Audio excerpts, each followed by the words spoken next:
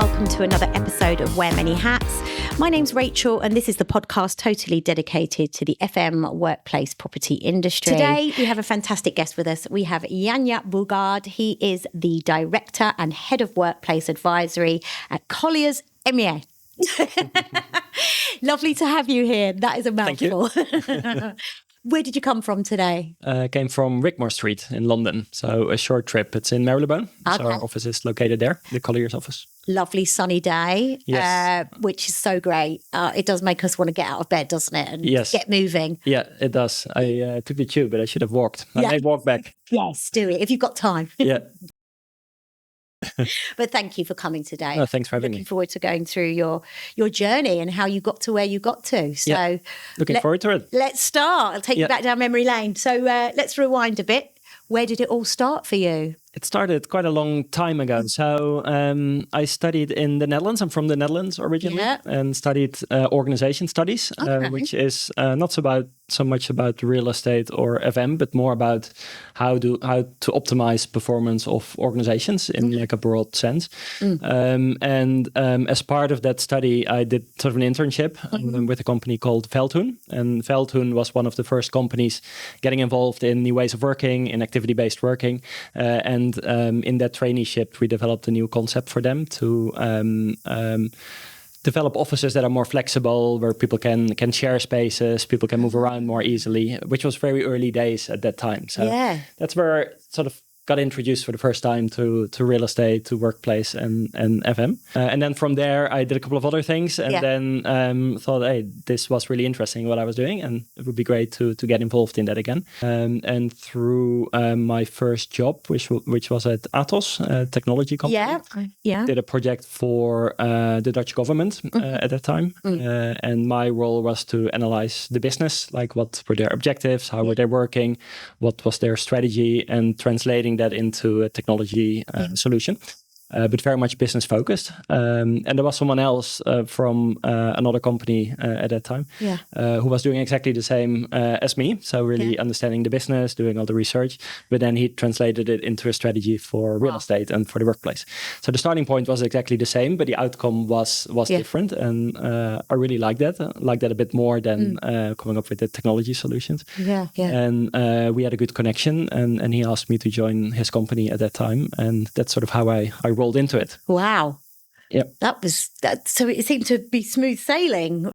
You kind of got into where you've got to and you kind of stayed. Yeah, quite early. And it was never the purpose or my sort of the intention, but it sort of happened and I enjoyed it. And that's what happened. And I did a lot of different roles, which I can elaborate on a little bit later on. But in principle, it's still very similar to that internship that I did a very long time ago. Wow. Yeah, and that's good. I'm saying wow because some of the guests that we have on the show, they kind of fall into it like later on. It's not something that they start out doing. No. And then stay in it.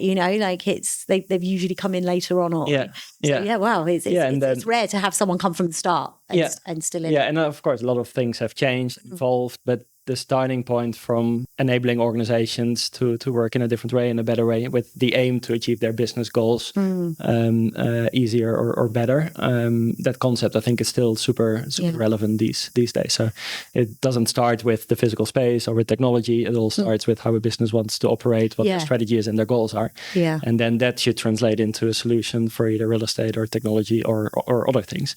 Yeah. But it all starts with understanding the business. Yeah, with an idea. Yeah. And then putting it into motion. I love that. Yeah. So that's your passion. So that was sort of the first step. I joined the company that Harold is his name. He's still with Colliers as well. Okay. So I worked with Harold on that project for the Dutch government. Then joined his company at that time, and that company was acquired by Colliers. So that's how I got into the Colliers business. And that was a very interesting period because Colliers is a large global firm with a lot of international opportunities. When I started, I mainly worked in the Dutch market. But when Colliers took over the company, that gave a lot of new opportunities to work more internationally for large global corporates across the world. So that opened a lot of doors to get involved more in these types of projects, but more in other countries and other regions as well. Really exciting what you're doing. So you spent some time, I see, in Toronto. Is that where we're up to now? Because you said Colliers took them over. Was this them? Not yet. So there was a bit of a step before. Sorry, I've gone too far. It's interesting to think and think back, like what sort of the order of things that happened. Yeah. You don't do I've that, got it that often. Often you keep going and don't look back that often, but it's interesting to do every now and then. Yeah, exactly. So Colliers, so we joined Colliers, and then at that time the aim was to build consultancy advisory teams across the EMEA region, so Europe, Middle East, and Africa. So my role at that time, and I got a lot of support from the Colliers leadership team and trust to start doing that. So I traveled around Europe to identify opportunities to work with the local Colliers team to learn them more about strategy and workplace advisory. And when we saw opportunities and we won projects, we executed projects together as a sort of training on the job. So our teams were getting involved like that in projects. And that was the way to sort of build up the local teams. And part of that was sort of training internal people to do these types of projects.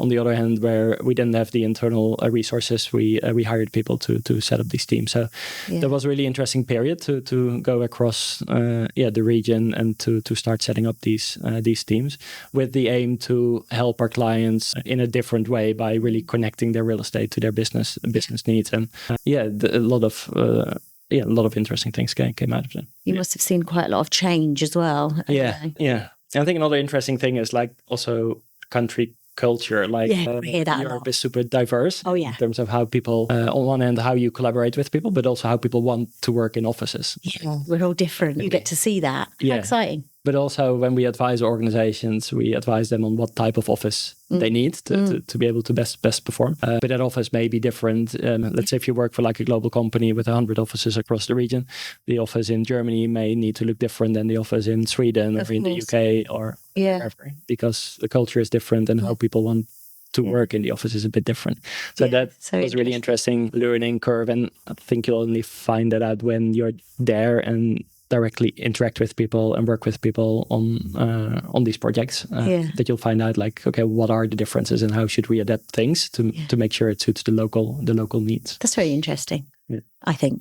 Yeah, I love different. I mean, I grew up in Portugal, so I'm just sitting here thinking they're very different out there. Still, very much like the culture of that between 1 and 3 closing down and having their siesta. I don't know now. It's been a while. Still in Spain as well. I worked a lot in Spain as well. Yes, Spain. And there it's very similar. People come to the office very early. Yes, that's They have a longer lunch period and then they work longer. But that requires something different from the office than where people come in at 9 and leave at 5 again. Yeah, also in terms of the services that are offered, etc. So it's really about identifying and understanding these differences to then adapt office spaces to that. In their needs, We looked for, one of our clients, which was an interesting project, they asked us, okay, if we want to create more consistency in our offices across the world. So if someone enters an office in London or New York or wherever in the world, that the experience is the same and they experience that they are with us and they see our culture, our identity, our brand, etc. They asked us, like, can we do that? So can we have one office type that's the same everywhere, the same types of desks, the same types of meeting spaces, the same sizes, same density, etc.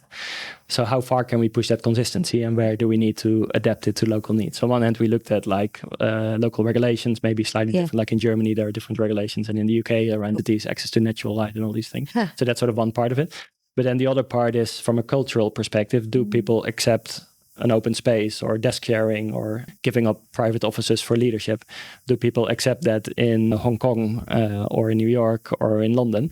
Or are certain things a no-go in certain locations based on how people work and operate and what the culture is?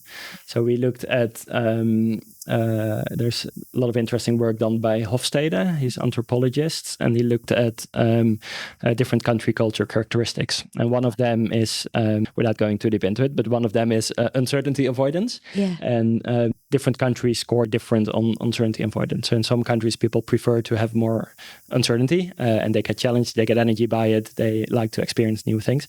In other countries, that's not the case, and people like more to have like a fixed pattern and less uncertainty in their day-to-day operations. We link that to the office. So if you have an office where you come in and it's not free for all, you can sit everywhere, that could potentially lead to more uncertainty. So in some countries that leads to more resistance compared to in other countries. So we did a whole study on those. That's so good. There are 2 or 3 more characteristics that we looked at, but I think linking it to that theory and then linking it to what you see in practice and then coming up with a solution that suits, I think is interesting. One size doesn't fit all, as they say. No. Yeah. A lot of organizations initially want a more one-size-fits-all solution, but then we'll find out it may not be the best thing to do. It's still good to keep certain things consistent, of course, but not to have one solution and hoping that it suits everyone. But be respectful of cultures, as we are different, like you say, and different wants and needs. That is so interesting. So I could listen to that topic. So I'd love to see the actual stats. Yeah, happy to share. Yeah.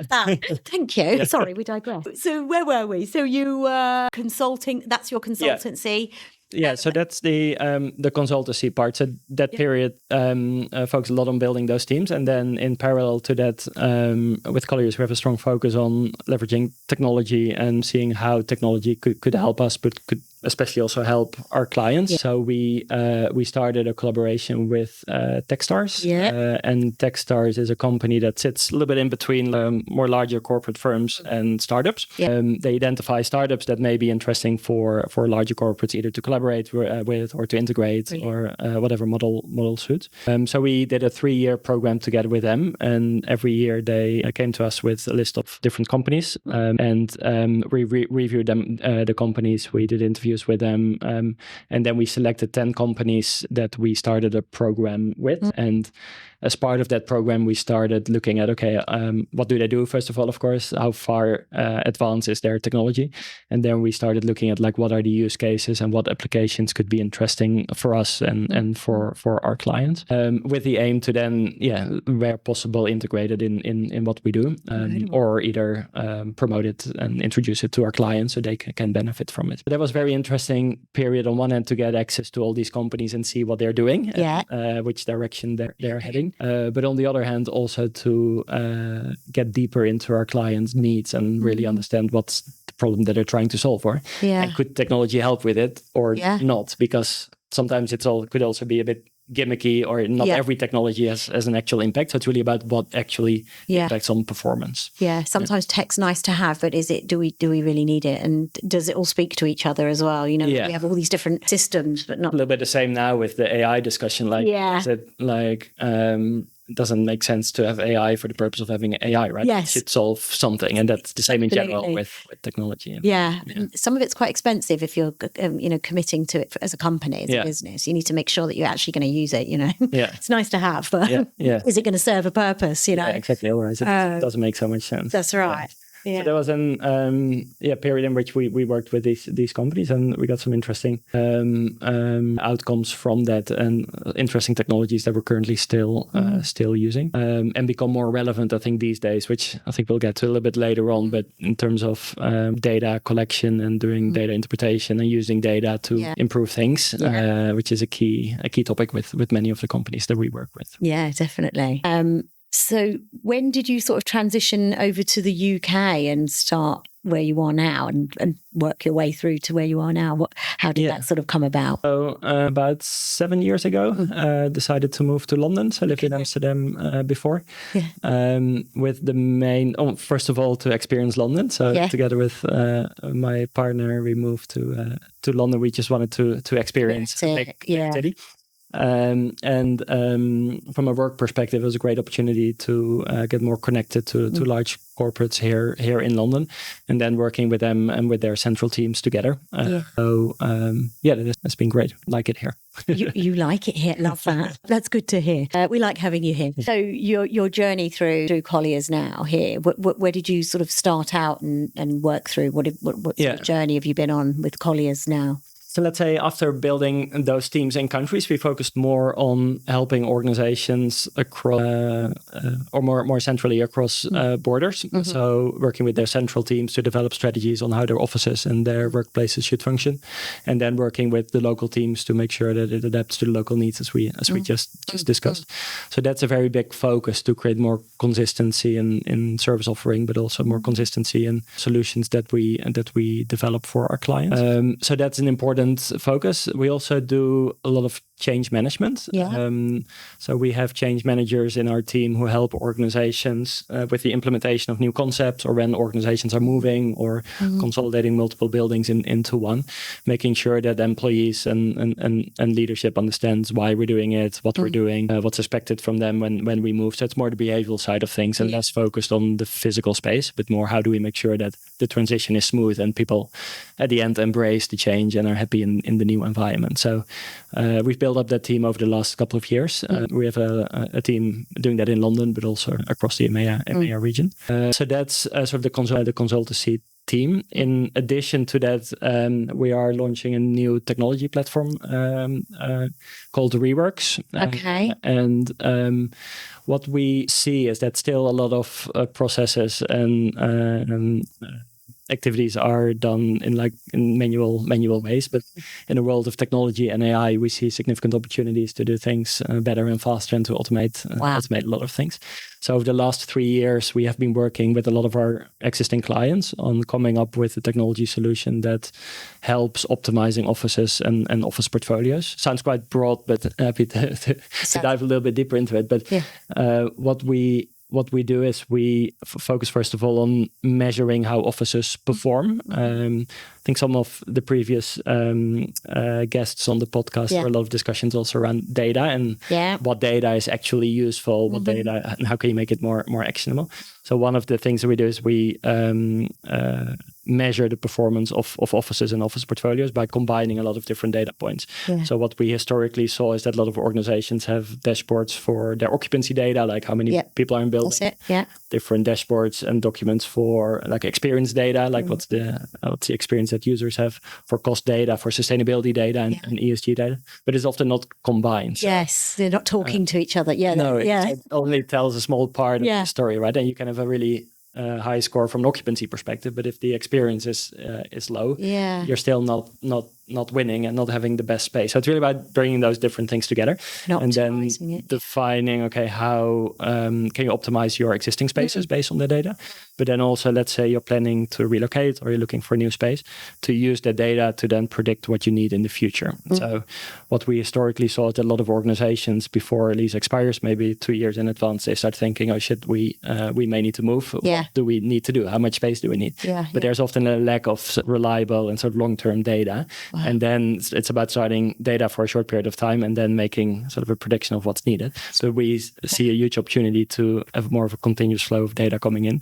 So you already know what you need once a lease expiry is coming up. That's mind-blowing. We never had this. We didn't. It's crazy, isn't it? How it's changed. And that concept is based on a lot of conversations and input from organizations that we work with. And I think that comes a little bit back to my first point in the beginning, that it shouldn't start with like a technology solution and trying to implement it, but it's really about starting with, okay, what's the challenge that we see? What are the friction points? And then coming up with something that could solve that. And we took that approach for this. So we have a strong focus for the next period on growing that and also adding additional things. One other thing that we do through it is, so let's say you collected the data, you calculated what you need in the future based on the data.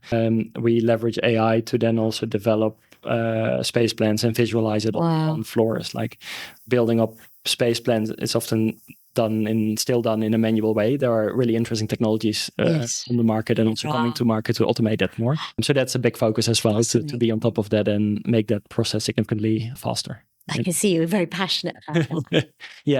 Really enjoy it. I think real estate can be a bit traditional in terms of innovation and staying or getting ahead of these topics. But at the moment, I really see that there's a huge push on innovation and leveraging technology and AI more. A lot of trial and error as well. Of course, not everything works from the beginning. So I also see a lot of solutions that may not work perfectly yet, but are getting closer. So it's moving super, super fast at the moment. Yeah.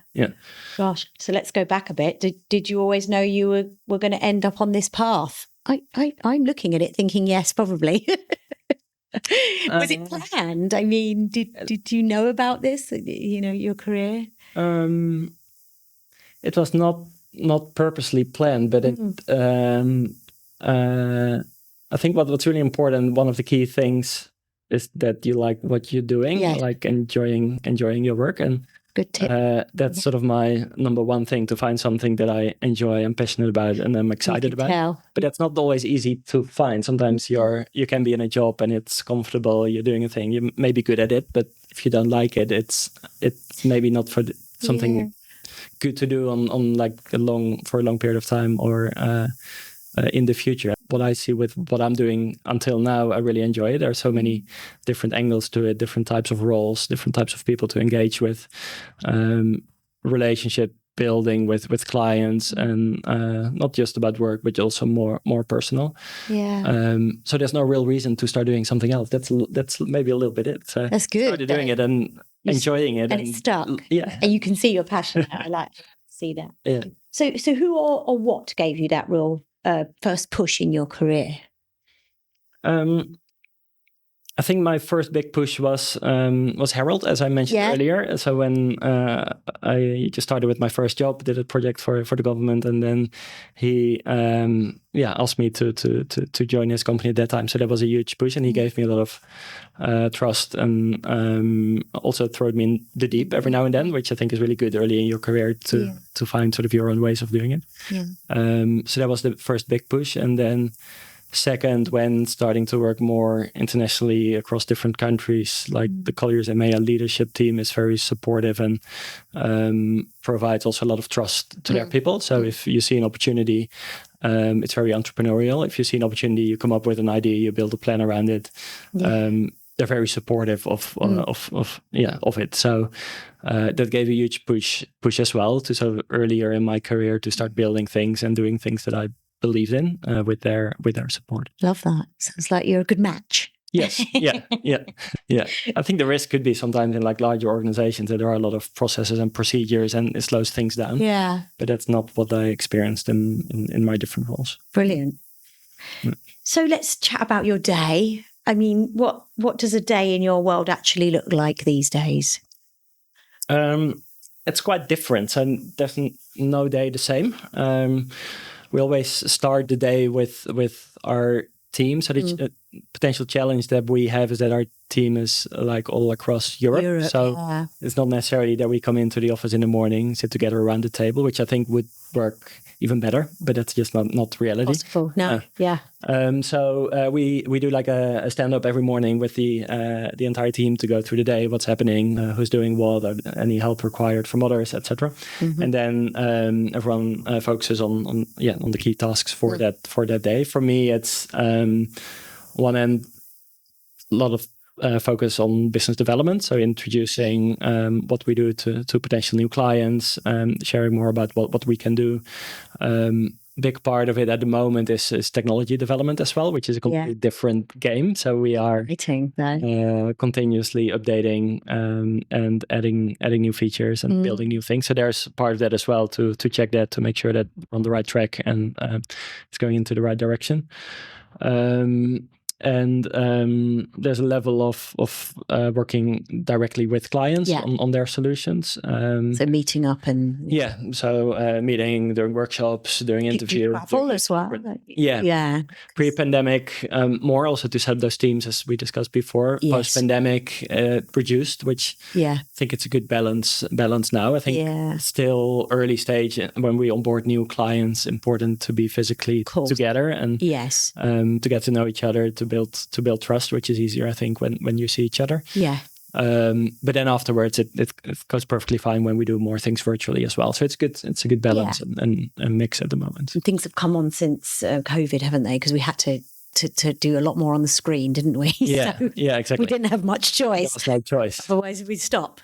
So thank goodness we still had like Teams and Zoom and all these different platforms to still meet. So the world just didn't completely stop. Although some most people of it did. Continued. In the background. So let's talk challenges. What's sort of testing you right now in your role? I think one of the key things is focus. Like there is so much going on, so much change going on, but also so many opportunities. I think there's always a risk to trying to do too many things at once. Which could be a risk for getting things done. So for anyone, it's a good bit of advice. Try not to take on too much. But it's not always easy. If you see it and you get excited about something, and see something, then you want to jump into it, which is good. Which is good as well, because that also opens a lot of doors and creates new opportunities. Yeah. Sometimes it can go too far, and then it slows you down, and you don't get anything done. Yeah.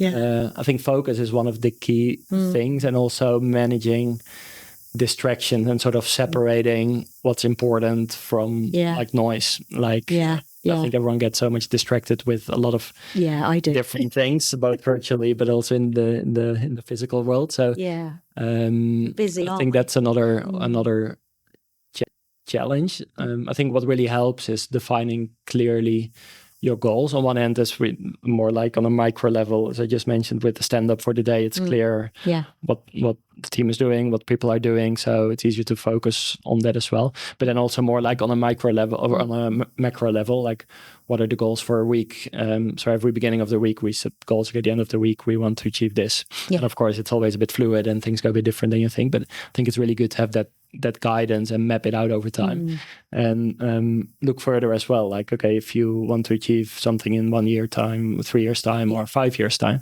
what do we need to get there? And continuously refer back to that. Otherwise, I think there's a risk to get lost and dragged too much into different directions with how the world works today. I think that's one of the biggest risks at the moment. We move very fast, don't we? And it's good to be agile and flexible because things are moving fast. But I think it's also good to have sort of a direction. Otherwise, you may go into a direction that you don't want to go. I like how you're answering questions with tips as well. I'm listening, thinking, I need to remember this. This is, you're kind of leading the way, but where do you think the industry is heading, and what excites you? We could go in AI again. Yeah, let's see what ESG or remote working. Maybe let's go in a slightly different direction into like solutions. So if we talk about offices and workplaces, right? So on one end you have the process of doing certain things, using technology for that, and doing that. But then we also look at, okay, what are the solutions that we actually deliver for our clients? And at the end, the ultimate goal is to create workplaces where people can work productive, where people are happy, workplaces that are sustainable, that are efficient. So that's sort of the ultimate outcome. What we see in these solutions, there's a lot of change going on in how offices operate. Like, of course, in the past, it was much more static. People came to the office most days of the week. Yes, they sat at a fixed, more of a fixed desks in most cases. That changed already pre-pandemic. I think the pandemic accelerated that to make spaces more flexible. Yeah. But I think there is a huge next change coming up to make spaces much more adaptive to individuals. Like an office at the moment, like the temperature in most spaces is the same, light is the same. It doesn't really adapt to me as an individual. Wow. But there are a lot of interesting developments going on that space can recognize people. And let's say I'm sitting here and I'm getting a bit tired, or you're getting a bit tired, that the temperature goes down in the space, or the light intensity changes. So that's mind-blowing. So I think that's an interesting development. Technology, from a technology perspective, a lot is possible. I think from a GDPR and like data privacy perspective, of course, there are some potential hurdles. Yeah. We worked a lot in the Emirates as well, in Dubai and Abu Dhabi, on some really interesting pilot cases. So there it's a little bit more loose there in terms of data protection and GDPR regulations. Safer. So it's a bit more of a playground as well. So you also see, for example, large car brands going there to test their latest technologies. Like we worked with a client that invited like a major German car brand, and they were testing solutions a little bit similar for cars. So that cars could recognize if you're tired or not, and it changes. But even going further, if two cars are approaching each other and both people are not paying attention or tired, that the car could do an intervention and brake or do other things. So it goes quite far. Deep. But that concept, going back to the offices again, that concept of making spaces more adaptable, that's a big focus of a lot of our clients. And maybe not to the extent yet as I just mentioned, but doing it in smaller steps. An interesting interview we're having here. Sorry, my mouth's like open, like this is insane stuff we're talking about. Like that's the future, isn't it? Yeah. We're there, aren't we? Like I think we're very close. And I think in general in life, like people get more used to customization and personalization, right? Also on social media and everything. Almost everything you see is for you. Watches, rings, everything's reading our body now, and but also the information that is pushed to you if you go on your phone is linked to what you searched before or is linked to your personal interest. Yeah. So people get more used to this customized journey. Customized approach. But in offices you don't see that. It's more generic and the same for everyone. So there is a bit of a gap there. I'm excited to see that as well. We've spoke quite a bit about AI. So I'm assuming it's a friend in your world, or is it a foe? No, you're happy with AI, I think, aren't you? It gives definitely opportunities. Yeah. I think, again, coming to the beginning, I think it's really important to define what it solves. And we see organizations setting targets that they need to start using AI, which is good, I think, but not for the purpose of using AI. It needs to solve something. Yeah, I think that's sometimes a bit of a risk at the moment. That too much, isn't it? Yeah, and too much effort and money goes into solutions that may not add that much value yet. On the other hand, it also helps for the refining and optimizing them. It does, yeah. It gives us a bit more time to have more human interaction, I think. Yeah. Because it takes away some of the mundane tasks, doesn't it? Yeah, exactly. I'm like repeat on that statement on this question. But I think if applied in the right way and if you select the right solutions for you as a person or as a company, I think it will be hugely valuable. Yeah. Combined with, as you said, more combined with sort of the personal and people approach as well. I think it will always be a combination. It's exciting. But it's a very exciting time. Yeah. I think we haven't seen such a big change for many, many years. And it's moving quick. Yeah, very quick. There's you're talking about things I've not even heard of yet, so it's moving fast. So ESG is a buzzword. I think you said it. I think it's an actual word now. I don't think it's not buzzy anymore. It's a must, isn't it, really? What does it really mean to you in your work? It's super important, especially in real estate. Yeah, it is. To make buildings sustainable. Yeah, more smart. And I think also here, linking it partly back to making buildings more adaptable. I think it's also offering the right space at the right moment for a business or for people. Like you can have a super sustainable building, but if it's 50% occupied, of course, it's still not sustainable. Yeah. So I think it's also important to look at it more holistically and not just as a tick box exercise. We need to have a sustainable building, but also then look at how do you actually use and operate it. And linking these different things to each other. So a lot of organizations we work with collect data around occupancy, like through Wi-Fi infrastructure, sensors, or there are a lot of different solutions, of course, to track and collect that data. But I think it's really important to link that data to building emissions, for example. So it's real data and it's not a flat number, but it's actually linked to usage. Yeah. And if you look at I don't know, like some metrics that we often see being used, like carbon emissions, of course, but also like water usage, just as an example. You can say, okay, the total emissions of this building are X, but if you link it to the amount of people actually present in the office, it may show a whole different number. So those kind of metrics, I think, are interesting to look at to make it more holistic and tell the full story instead of just a part of it. But it's super, super important for your clients, for all our clients, for ourselves as well. Got to be ahead of the game.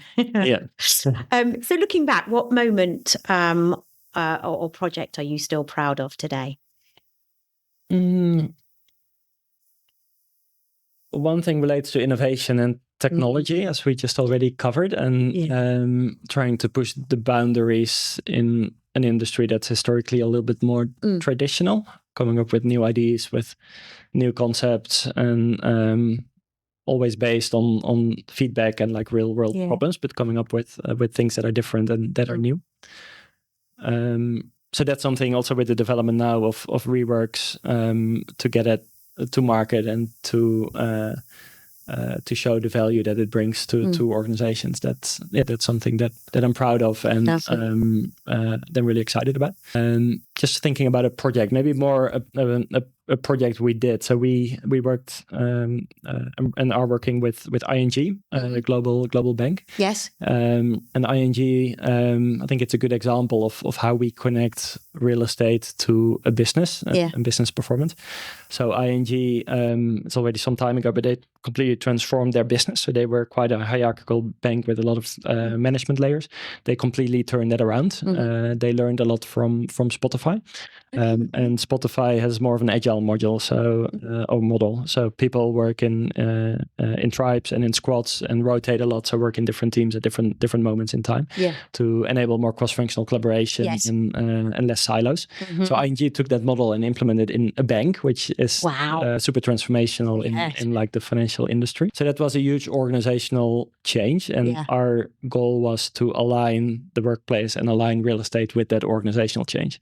So we developed a global strategy for them that should enable the organization to work in that agile model, and developing workplaces and buildings that embrace that, and also a lot of focus on opening up more. Like it changed now, but like 5-10 years ago, banks were often very close, so they have enclosed buildings with a lot of security. It's difficult to connect with, but also financial organizations are innovating, investing a lot in fintech, inviting more startups into their business as well. So it's also about how do we create offices that are more opening up to a wider ecosystem, inviting partners, even students into the space to get connected to the bank. So I think that's one of the projects that I'm proud of, also because it's so much driven by the business. It's not just about creating a nice office. It's really about it's how working does it enable for them. the business. Yes, it's continuously evolving. It's working. That's brilliant. Well done on that. That's a big one. There was probably more to come, of course. You're no way finished. You've got a long way in your career to go. So what's something you wish you knew when you were starting out? Help out your younger self, or the younger listeners. I think one thing that I've learned is like building partnerships and relationships, whether it's with colleagues, whether it's with clients, whether it's with friends or whoever. But when I started, I saw like clients as clients, and us as like a service provider. But that completely changed over time to become much more partnership. So I think if you have sort of a supplier versus client relationship, it's not always a real partnership. A client asks you something to deliver, and you deliver it. But I think it needs to go much deeper than that. It's really about understanding them, working together towards a common goal, and working, also getting to know each other personally, so you know how to collaborate, and also challenging each other. Like I think an important thing is like clients and organizations want to be challenged as well, and want to learn. So it's not just about delivering something and that's it, but it's if you see something that may be done different, or if you have some advice, to really challenge that and bring it up and in an open and transparent conversation. And this is where, so you're saying you need to network and get out there and meet people. And you'll learn something from someone, and maybe bump into them later on down the road. Stay connected. It is good. Someone said, don't burn bridges. I love that one. That's you never know who you're going to see again, especially because it's quite... people in property, you all kind of know each other. I know people that have been on the show, and I'm sure they're going to say, I know, I know Jan Jaap. It's a small world. It is. So it's good to stay connected. And it's more fun as well. And I think for your own learning curve as well, to learn from different people. I think another thing maybe also to learn from people doing different things, like some industries can be quite siloed, but I don't know if you work with another company. We're working with law firms, for example, at the moment a lot. There are some really interesting things that we can learn from them as well on how they do things, or from the technology industry, or whatever industry it is. But I think also building those sort of cross-industry, cross-functional connections are important. Well, I've learned a lot about you and Colliers today, so that I didn't know. So this is it's good for me. I'm very blessed that I get to interview some fantastic individuals. So it's great to learn from people, isn't it? And listen to their journeys. I'm blessed. So if someone came to you tomorrow saying, I want to do what you do, what would you say to them? I would say go for it. I think it's a super exciting and at the moment very dynamic and fast moving world that we're in. So it's super interesting.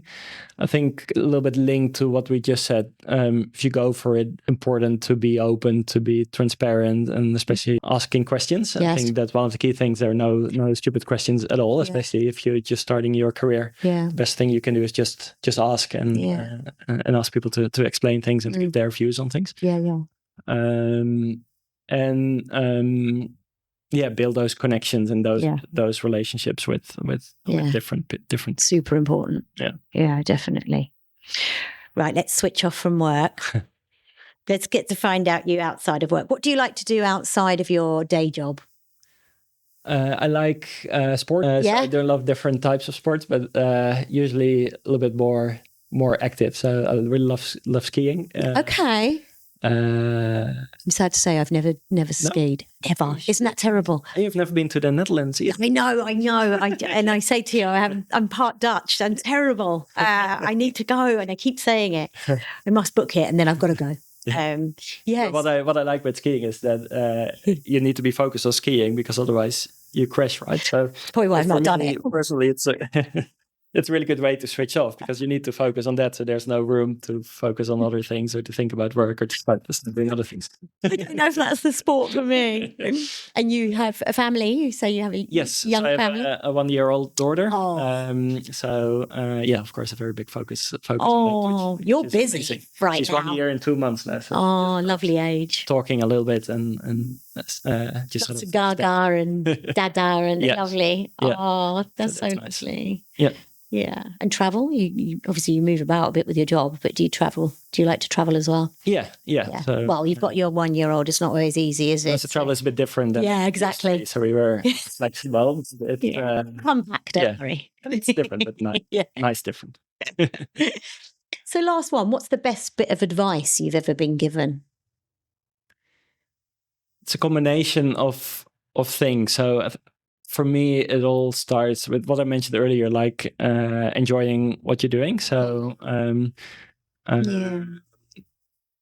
choosing things that you really like, you're excited about. Of course, there are always periods that things may not be as fun to do. But I think in general, if you find something that you really enjoy and that you like to do, it's so much easier to do and put a lot of time and effort into it, because you like it. So that's, I think, the number one thing for me. Then the second thing is more about like setting goals, like personal goals, or work as well, I guess. Yeah, it could be anything, but I think it's good to something. Of course, you can change it, but I think it's good to work towards something and not just floating around and ending up somewhere. And it could be, I think someone else on earlier mentioned, like looking at sort of a 5-year horizon. I agree with that, also to allow yourself a bit of time to be flexible and have sort of a realistic timeline, and then build it up into smaller goals to work towards. You work like that as well, don't you? So you put that in your personal life too, do you? Yes. Oh, I love that. Strategic. Yes. Yeah. Although there's a risk as well, because if you're too much stuck to these goals, you're all the time upset because things will change. Yes. We have to be adaptable, don't we? Remain flexible. Yeah. Life doesn't always flow the way we want it to, does it? Exactly. So, it turns up sometimes. Yeah, whether we like it or not. And then the last thing is more about like just doing things. I think you can overthink and keep thinking over certain things, but at certain moments it's just about doing it, and that relates to like small things. I don't know if you want some advice from someone, or you want to speak with a certain organization that you may want to work with.